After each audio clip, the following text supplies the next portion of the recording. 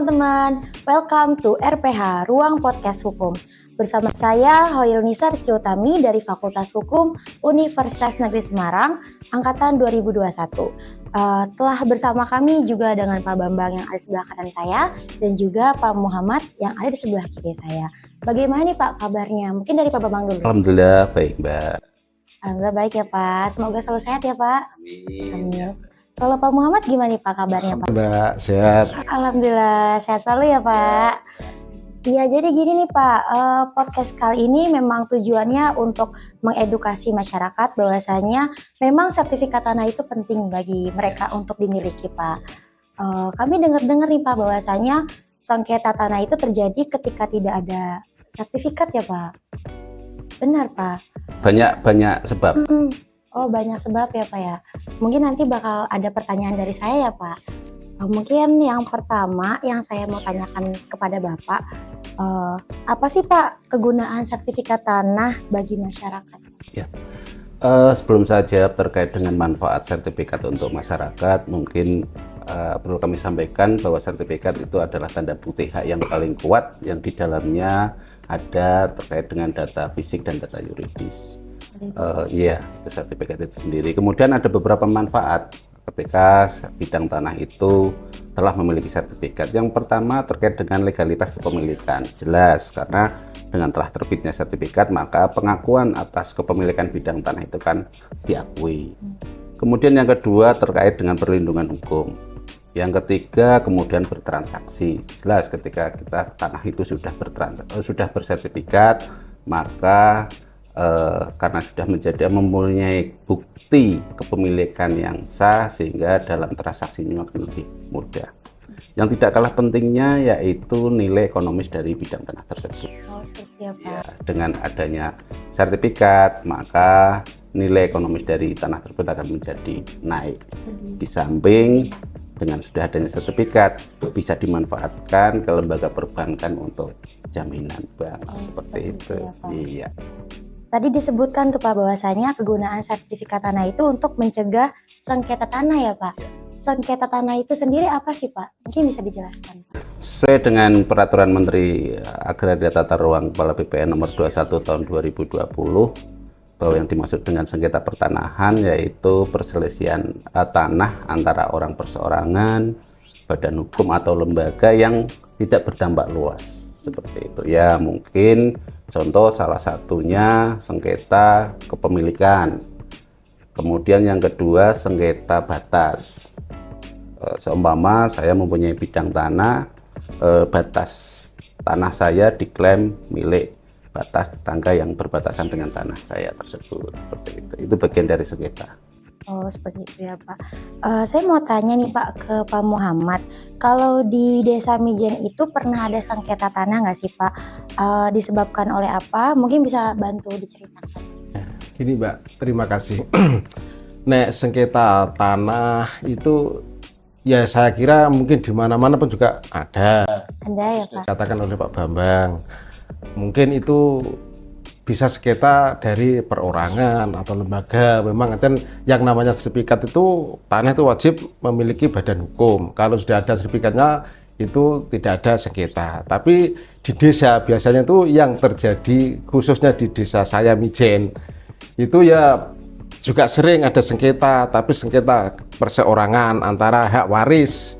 Biasanya waris itu kalau belum bersertifikat itu memang agak ya istilahnya bertengkar dengan saudaranya sendiri. Tapi kalau sudah diterbitkan sertifikat ya itu kan tidak ada.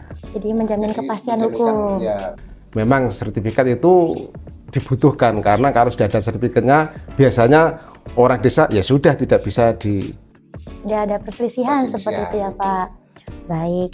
Kira-kira berapa persen nih Pak bidang tanah di Desa Mijen yang memang belum memiliki sertifikat tanah? Oh terima kasih untuk di Desa Mijen kebetulan kemarin tahun mungkin 2019 kalau tidak salah itu pernah ada PTSL, program PTS dari BPN itu sudah bisa masuk semuanya, tinggal yang mungkin ada sengketa keluarga hak waris yang masih belum bisa didamaikan ya sekitar kalau bisa persentase ya 0, Pak. Karena di sana itu paling tinggal berapa yang ketinggalan.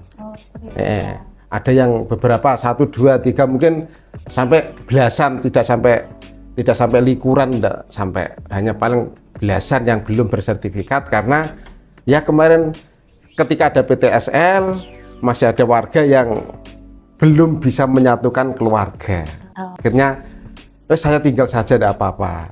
Ya, sebagian ada yang sudah diukur, sebagian ada yang memang tidak boleh diukur gitu. Tapi sedikit sekali.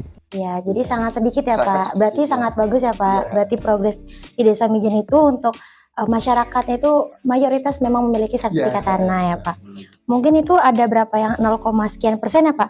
Itu alasannya kenapa tuh Pak belum memiliki sertifikat tanah Pak? Karena ketika ada program dari PTL sudah diumumkan, itu dari warga, dari masyarakatnya sendiri tidak berani, walaupun itu sangat mudah sekali, tapi dengan namanya bersentuhan dengan keluarga, mungkin ada yang di luar provinsi, ada di luar negara, di luar negeri, akhirnya tidak berani.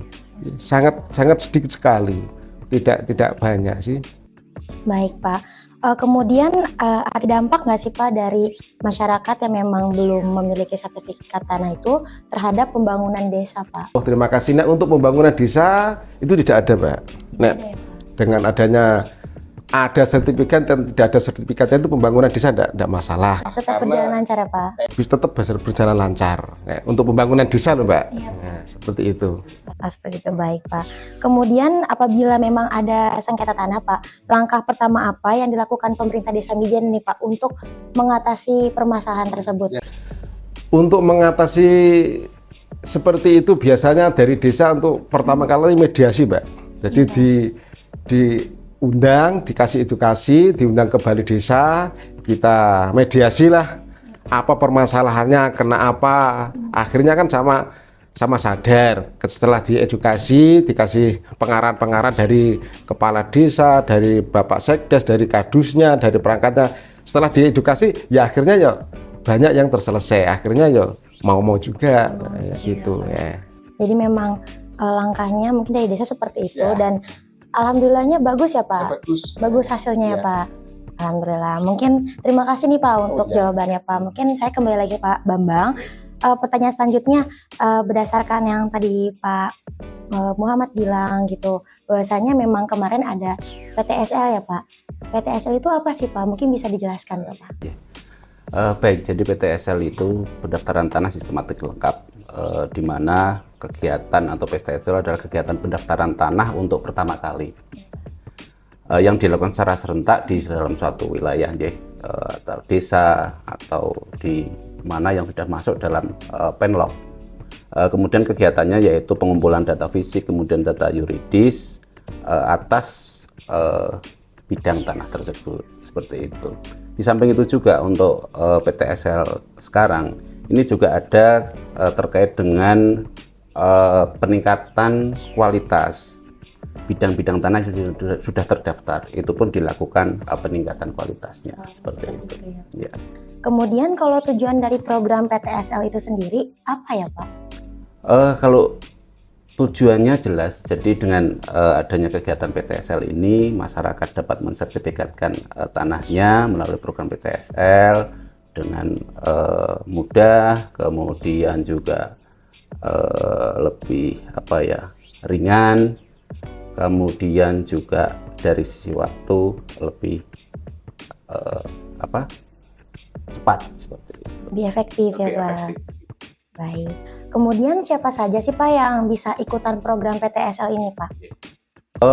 Program PTSL ini semua dapat menjadi peserta PTSL, yaitu orang-orang yang memiliki bidang tanah di wilayah tersebut. Jadi semua orang bisa ya Pak?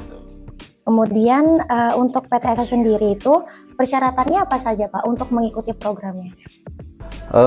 Persyaratan hampir sama dengan kegiatan pensertifikatan yang sifatnya rutin. Yang pertama terkait dengan identitas pemohon, yang kedua terkait dengan kelengkapan alas haknya seperti itu, kemudian juga terkait dengan batas-batas dan sebagainya. Hampir sama dengan permohonan yang rutin itu. Seperti itu ya Pak. Kalau untuk berapa lama proses program PTSL itu berapa lama Pak? Jadi untuk kegiatan PTSL itu kan ada beberapa tahapan yang dimulai dengan kegiatan penyuluhan, kemudian ada pendataan fisik, ada pendataan yuridis, kemudian ada pemeriksaan tanah, ada pengumuman, kemudian sampai dengan penerbitan sertifikat. Semua ini tercover dalam DIPA, dalam anggaran dalam 1 tahun itu, sehingga kegiatan PTSL itu juga harus diselesaikan dalam 1 tahun anggaran itu. Meskipun penyelesaiannya itu maksudnya tidak harus di akhir tahun anggaran, tidak. Secara yang sudah selesai berarti ini sudah jadi. Namun demikian keseluruhan dari program itu diselesaikan dalam 1 tahun anggaran itu. Jadi bisa dikatakan cepat ya Pak prosesnya ya Pak.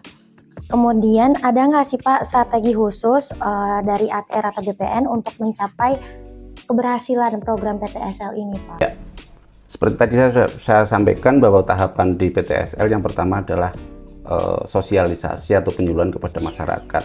Ini penting kita lakukan karena dengan adanya sosialisasi dan penyuluhan kepada masyarakat, masyarakat jadi tahu, bahwa di lokasi desanya ada kegiatan PTSL, manfaat PTSL-nya itu apa, arti pentingnya sertifikat itu apa, sehingga dengan kesadaran masyarakat yang meningkat terkait dengan sertifikat, maka masyarakat bisa ikut serta dalam kegiatan PTSL ini, seperti itu. Jadi memang strategi khususnya itu sosialisasi ya Pak. Baik, terima kasih untuk jawabannya Pak. Mungkin saya mau ke Pak Muhammad lagi nih Pak. Kalau dari desa Pak, ada nggak sih Pak peran untuk membantu masyarakat dalam proses sertifikasi tanah ini Pak? Ya, terima kasih Mbak. Kemarin yang sudah berlaku di desa saya untuk PTSL itu memang desa juga ikut serta membantu dari mulai sosialisasi di desa saya dilakukan di perkumpulan RT RW itu kan sering ada itu sosialisasi dari panitia sama pemerintah desanya.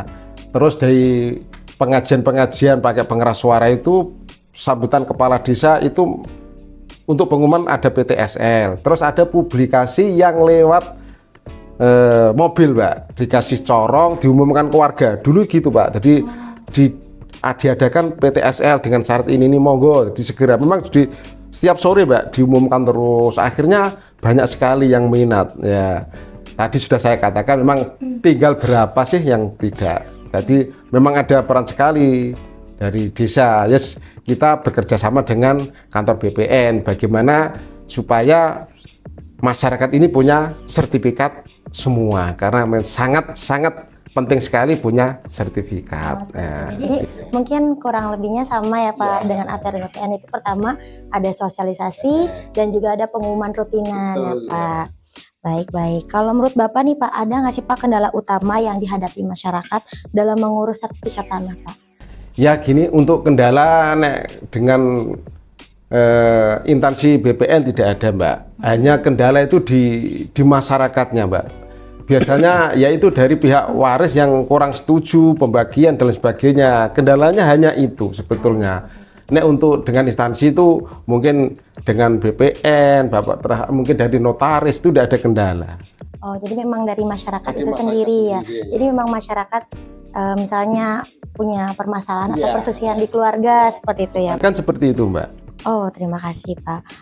Kalau Pak Bambang nih Pak, kalau dari ATR atau BPN ada nggak sih Pak rintangan atau hambatan dalam program PTSL ini sendiri? Kalau dikatakan hambatan rintangan di tahun 2023 kita sudah menyelesaikan program PTSL itu sesuai dengan target. Semestinya itu sudah tidak ada lagi rintangan atau hambatannya. Hanya memang ada yang perlu dilakukan agar supaya kegiatan PTSL itu bisa selesai sesuai dengan yang target yang telah ditetapkan. Yang pertama yaitu bagaimana kita bisa memberikan kesadaran kepada masyarakat, sekali lagi kesadaran tentang arti pentingnya sertifikat atas bidang tanah tersebut, seperti itu. Kemudian tadi juga sudah disampaikan oleh Bapak bahwasanya kadang-kadang ketika ada bidang tanah tetapi orangnya tidak di lokasi seperti itu. Namun demikian itu semua dapat kita selesaikan. Iya. Kecuali memang bidangan-bidangan tanah yang bermasalah yang seperti tadi disampaikan. Yang masalah warisan ya Pak. Baik Pak. Kemudian kalau dari Pak Muhammad sendiri, ada nggak sih Pak harapan dari desa kepada BPN dalam membantu menyelesaikan sengketa apabila terjadi sengketa? Gitu, Pak? Ya, terima kasih. Kalau membantu untuk ada sengketa ya memang biasanya dilakukan dari desa. Kalau ada sengketa itu biasanya kan kalau ada orang yang berselisih itu pertama kali memang diadakan pertama kali diundang, terus kita ajak audiensi, kita ajak ngomong bareng-bareng dulu apa bermasalahannya. Ketika sudah ketemu ya oke-oke saja. Jadi pertama kali ya memang kita dekatilah, jangan sampai seperti itu. Apa sih permasalahannya? Hanya memang salah paham Mbak itu. Jadi harapannya ya kita membantu ya sama-sama biar semua masyarakat ini ya kita giring bisa mendapat atau bisa punya sertifikat semua. Karena kalau sudah punya sertifikat, sudah paten, batas-batas sudah ditentukan, itu tidak ada sengketa apa-apa, tidak ada pertengkaran apa-apa. Memang di desa itu rawan sekali dengan batas. Kalau batasnya maju sedikit 5 cm saja, mari geger. Tapi kalau sudah dipatok, sudah pasti itu aman, Mbak. Jadi harapan ya kalau bisa ya memang bisa diadakan walaupun tadi ada yang tertinggal, itu kalau bisa ya bagaimana bisanya ada sapu bersih. Kalau tidak ada ya terus gimana biar pengajuan secara mandiri ya tidak apa-apa gitu Mbak. Oh, jadi harapannya memang ada sapu bersih ya. Ada kalau bisa. Nah, kalau sapu bersih yang belum yang masih ketinggalan monggo kalau bisa, kalau ada. Kalau tidak ada ya gimana, memang itu program ya. Karena ada regulasinya tersendiri ya Pak. Baik, kalau dari Bapak sendiri, ada nggak sih Pak harapan kepada masyarakat, khususnya masyarakat Mijen nih Pak, bagi yang memang belum mempunyai sertifikat, mungkin ada harapan-harapan Pak? Sebetulnya hampir sama sih Mbak. Jadi yang pertama bagi warga desa Mijen ya Pak ya, Pak. yang punya bidang tanah tapi belum disertifikatkan, monggo untuk segera disertifikatkan. Iya, dengan tadi melihat arti pentingnya sertifikat, banyaknya manfaat dari sertifikat, monggo untuk segera disertifikatkan. Kemudian yang kedua, jangan lupa untuk menjaga dan memasang tanda batas, karena dengan itu penting ya Pak? penting, karena sekali tadi seperti tadi Rawan. disampaikan ya, di situ bisa terjadi sengketa apabila nanti tanda batasnya tidak jelas. Mungkin itu. Baik, seperti itu Pak. Oke teman-teman RPH, ternyata sertifikat tanah ini mempunyai banyak kegunaannya. Salah satunya mencegah sengketa tanah dan yang pasti menjamin kepastian hukum. Saya ingin mengucapkan banyak terima kasih kepada Pak Bambang dan juga Pak Muhammad yang sudah membagikan pengalaman dan juga pengetahuannya kepada teman-teman Ruang Podcast Hukum. Sekian dulu podcast kali ini. Terima kasih bagi teman-teman yang sudah mendengarkan dan menyaksikan podcast ini. Sampai jumpa. Terima kasih.